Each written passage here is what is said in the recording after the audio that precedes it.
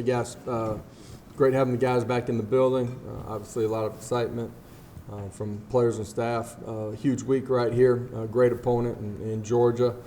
Excited to get going this week with these guys defensively. Georgia's playing as well as anybody in the country. Personnel's really strong. All three levels of the defense and offensively, playing really efficient football. Quarterbacks making plays and the play action pass guy do a great job having your eyes on your key. And they're extremely physical up front and can run the football. So huge test for us, one that we're really excited about. Great to be back home. It's been a long time since we've gotten a chance to play inside Neyland Stadium. Expect a great environment back home and looking forward to the opportunity to play well and go compete together. So with that, I'll open it up. Questions? We'll start with Adam and then go to Patrick. Most coaches say you should do what you do best regardless of the opponent. Obviously, on paper, Georgia's a better team than you guys and better at what they do than anybody else. What's the temptation like to get outside of the box to do something different this game versus just doing what you guys have done all year schematically? We change every week, based on what you see from the other side of the ball, personnel matchups, put your kids in the best position, you prepare in a great way, have a great week of practice and finish it the right way, and then go let it go play on Saturday. You play every game 10 times, it unfolds differently every single time. So prepare in a great way and then react to how it's different. And, I thought last week there's some things in our game plan that were different, and our kids adjusted extremely well in all three phases of the game. There's lots of things that we can do better from last week too, but Georgia's a great opponent. Our guys are going to be ready to go compete for 60 minutes. I have no question about that with this group. I love competing with this team. Josh, this was announced late last week, but obviously there's a lot to talk about on Saturday night, but just the investigation being over with and no bowl ban, just kind of, I know that's just maybe the next step in the process, but what's maybe your reaction to that step being taken? Yeah, for sure. For our staff and players, I've said it from the time that I've gotten here, really believe that this was just going to be a speed bump for our program. And the kids that are here and the kids that we recruit are going to have a chance to go continue to compete for championships. And fully believe that. I think it's really unique that our university found out about what was going on, reported it, and has been transparent from the very beginning. And, for our kids, I think it's really important that we're able to move forward. Rob and Wes. Coach, so much was made Saturday night about the time of possession discrepancy. Do you care about that at all? I mean, when you scored 45 points in 46 plays, do you even think about it? Say that last. You scored 45 points in 46 plays. When you do that, do you care about time of possession at all in regards to the rest of your defense? I think you care about time of possession in the situation where it matters. When it's time to drain the clock, then it's important that you're able to do that and play situational football end of halves, end of ball games. The score predicated that you continue to play the way that you're able to play. The other night, it's just a really unique way in which the game unfolded, right? I don't know, there's 2 touchdowns in 4 plays maybe. We got a huge play down the sideline with Jalen on play 6, I think, and end up fumbling the ball. Just the way the game unfolded for us offensively was really unique with all the explosive plays that quickly in the football game. And then vice versa, defensively, they were pounding the football and getting, small chunks, 3s and 4s and 5s and converting on third down where, the time of possession just became what it was in the first half in particular. Josh, has anything about Hendon Hooker, either as a player or a person, sort of surprised you? I know that, he's been here, I guess, as long as since you've been here on day one, but anything that's sort of surprised you about him? No, I just think what's striking about him is his maturity on and off the field and just the way that he handles himself as a person, and then that factors into how he prepares and handles, positives and negatives during the course of a given day, a practice, a game. I think the thing that's striking to me, and you don't know it until you're with them in those environments, is just the competitive nature of him, and I think you guys can see that in the way that he plays. Austin and Vince. Much like as a coach, you can use playing freshmen early as an indicator for when you're recruiting other kids. Do you feel like you guys will be more attractive with portal kids just because you're able to show them, hey, Brandon Turnage was SEC Defensive Player of the Week. Javonte Payton's caught 6 touchdowns in the last 7 games. Obviously, Hendon speaks for itself, but there are several guys that came from the portal that weren't here, when you got here that are a big part of why you guys are having success. Yeah, Kamal Haddon, too, the way that he's played. The guys that have come here to restart their careers in some ways have found a bunch of playing time and a bunch of success. I think it speaks to the culture that we're building with the guys that have been here the entire time, foundation of who we are and what we are inside of the locker room, the accountability and demand from each other that they're going to do things the right way. But then I think it speaks to what we're doing schematically and our coaching staff, being able to get the best out of their players and put them in a position of success. Josh, with the pace you guys go on offense, how does the administrative work with communication for potential replays, especially if it's something that maybe doesn't go your way offensively, with all things considering you want to keep that tempo as well? Yeah, if you feel like there's something that is important and has a chance to be replayed, you typically slow down in those situations to give those things an opportunity to happen. That's guys on the field that see something. That's guys up in the press box that see something too. Coach, after Alontae Taylor's touchdown, you had a celebration with him right by the end zone. How valuable is just a veteran player like that, especially for a rivalry game? Yeah, Alontae got up quicker than I did and out-jumped me on that one. So I've gotten him a few times on the practice field. I think it's important that you celebrate great moments with them. You want your kids to play with great energy and passion. As a coaching staff, then you better have that too and enjoy those moments. Huge play by him. Changes the way the game unfolds the rest of the way. Great decision and the game within the game, making it look like a soft corner, then rolling late, seeing the hands separate from the quarterback. Huge play by him and those are great moments.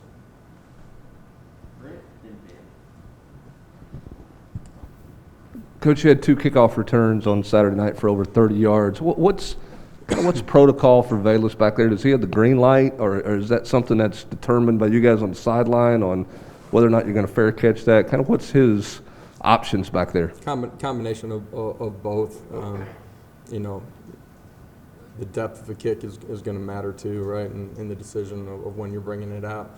Thought Coach Eckler and our special teams, our return unit, did a great job of adjusting. It's a guy that I think 91% of his kickoffs have been touchbacks, and we're able to create a big play with Velus, get the ball out to the 50 with the penalty, and then Jimmy and our front line do a great job of adjusting to a sky kick, and he brings it out to the 50.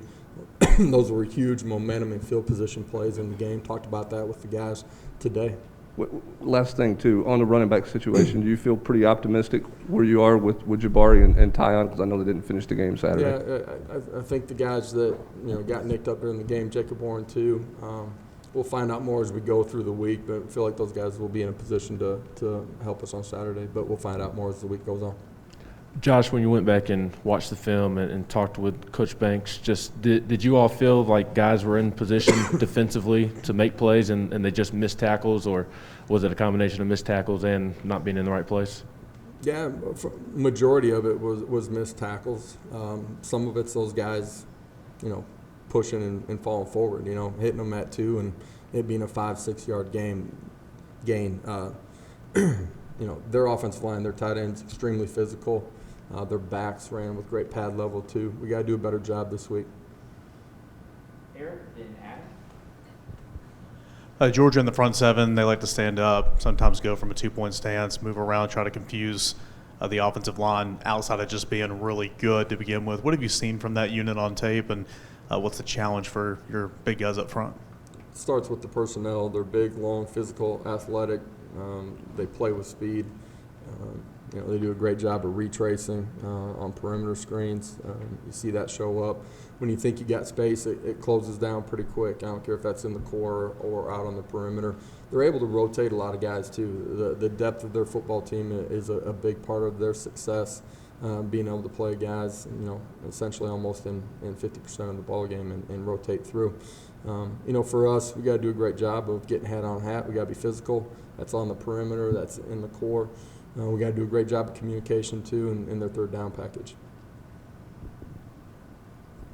How much of Georgia's defensive success is based on what they do on first down, getting teams into a bad down and distance?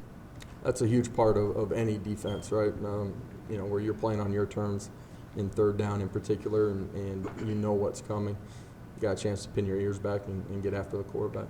They've done a great job of, creating havoc and flipping the way the game's play. You look at the Florida game, it's 3-0 with 2 minutes to go in the second quarter, and it's a 21-point burst of points by them in the last 2 minutes. Go to Madison in the back. Coach Hendon Hooker was named the SEC Offensive Player of the Week. Kate Mays was named Offensive Lineman of the Week. When you look at what Mays was able to do, he played every single snap, didn't allow any pressure on Hendon Hooker. How much of Hooker's success would you contribute to Mays in the offensive line? Yeah, if a quarterback's playing well, there's 10 other guys around him doing their job at a really high level. It starts with the front five. Cade has continued to get better, in my opinion, as the season has gone along. I know he missed a couple of weeks in the middle part of it, but he continues to get better and better every single week. Getting him back last week was a big part of our success.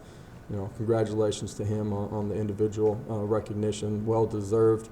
And at the same time, Hendon, I think being decisive, understanding your reads, getting the ball out on time, you get a chance to help cover things up too when it's not right, and some of his scrambles, and so those two things play off of each other.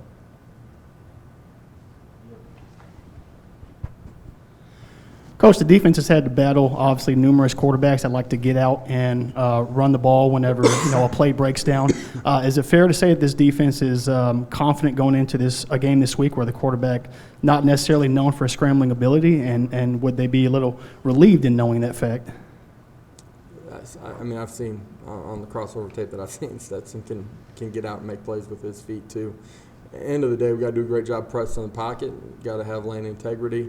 Our defense will be confident going into this football game. Back to the back. Coach, you talked about Heupel and his competitiveness, but about who? I'm sorry, Hendon Hooker. I'm competitive too, though. You are competitive, definitely. But you spoke about Hendon Hooker's competitiveness. We don't really get to know these players all that well off the field. So, how would you best describe Hendon Hooker as a personality off the field?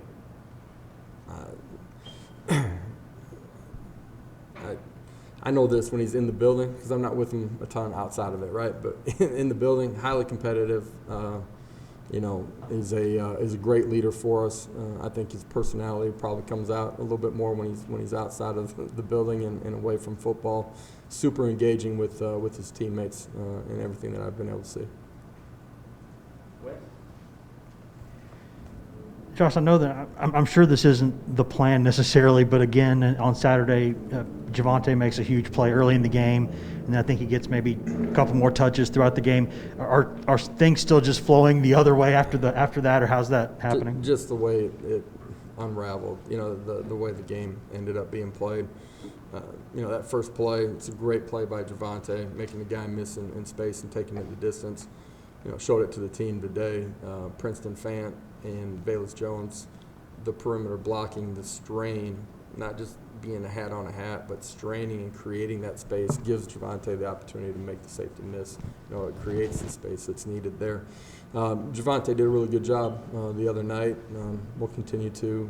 He's a guy that's not getting balls, in this third quarter, fourth quarter on purpose. It's just the way the game's unfolded. Some of that's just, coverage and where the ball's, predicated to go off of that. Georgia offensively, very efficient. They got about 5 guys that carry the ball routinely. And what are the challenges going up against that offense, and specifically potentially seeing 2 quarterbacks? It starts for them up front, physical tight ends, physical offensive line, really good depth and athleticism and physicality from the running back position. And then they're, tight ends being able to be a big part of the passing game and play action pass. Good perimeter players too, and a quarterback that's playing super efficient. You got to defend it all. It's not just one thing. You got to be able to hammer the run game though, and try to get them off schedule and get off the field on third down. Coach, you guys got Elijah Simmons back on the defensive line in that game. It looked like he maybe made a little bit of a difference against the run when he was in there. Just how important was that, and how much you guys need him moving forward? Yeah, great to have him back in a position where he can go play. For him, when he's able to go, he's got the ability to dent things, in particular on first and second down, and change the track for the running back and change the line of scrimmage. You saw that during the course of the ball game when he was in there. All right. Thank you.